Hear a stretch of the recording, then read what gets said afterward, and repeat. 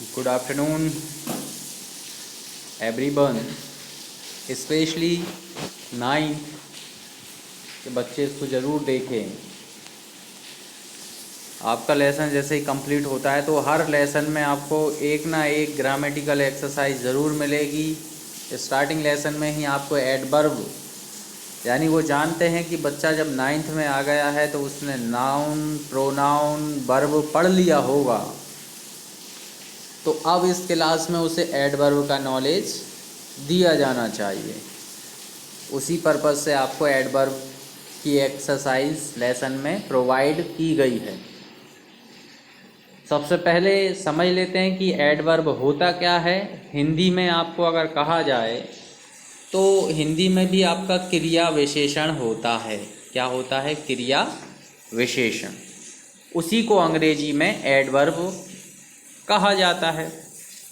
क्रिया विशेषण जो कि क्रिया की विशेषता बताता है, उसे क्रिया विशेषण कहते हैं इन हिंदी।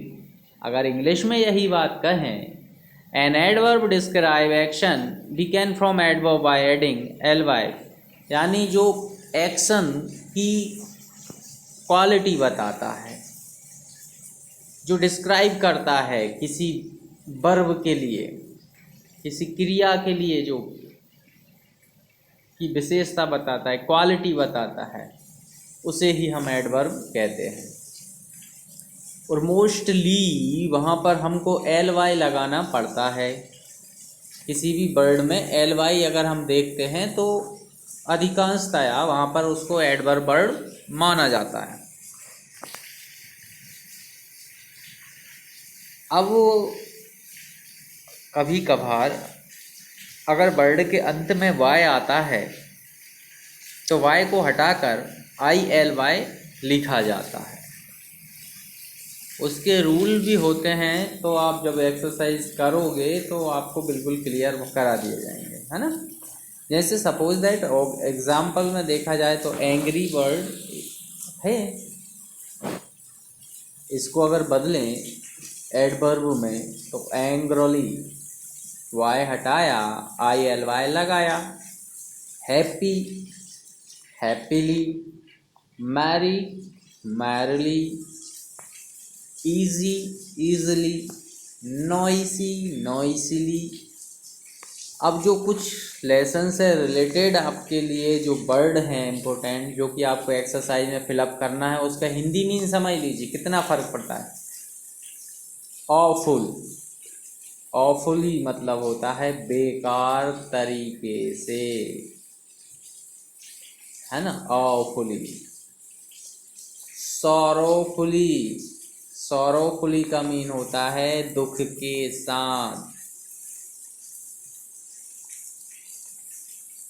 लॉफ्टली, LOFTILY, लॉफ्टली यानी गौरवपूर्ण ढंग से, with glorious. Okay, 4th number पे आ जाइए।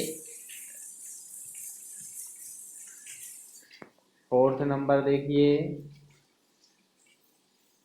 नॉन एथलेंटली, यहाँ पर उदासीन या निश्चितता पूर्वक। 5th पे आ जाइए, केयरफुली, सावधानी से, डिफरेंटली, अलग प्रकार से। तो अकॉर्डिंग टू कंडीशन ये खाली स्थान में आपको फिलअप करना है। जब आप अपनी बुक में एक्सरसाइज देखेंगे तो यही वर्ड आपको मिलेंगे।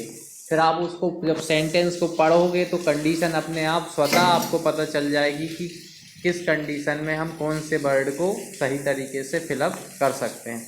बहुत मायने रखता है एडवर्ब, बहुत ज़रूरी है इसका नॉलेज होना और कैसे इसका यूज़ किया जाता है ये, क्योंकि हम एक्शन करते हैं तो हमेशा एक्शन का जो रिदम होता है वो एक जैसा नहीं होता। एक्शन में भी अंतर होता है, यानी कोई भी हम क्रिया करते हैं तो क्रियाओं की विशेषताएं भी बताते हैं कि वो बहुत जल्दी जल्दी पढ़ता है, वो धीरे से पढ़ता है, वो बहुत तेज़ दौड़ता है, वो बहुत मधुर गाता है।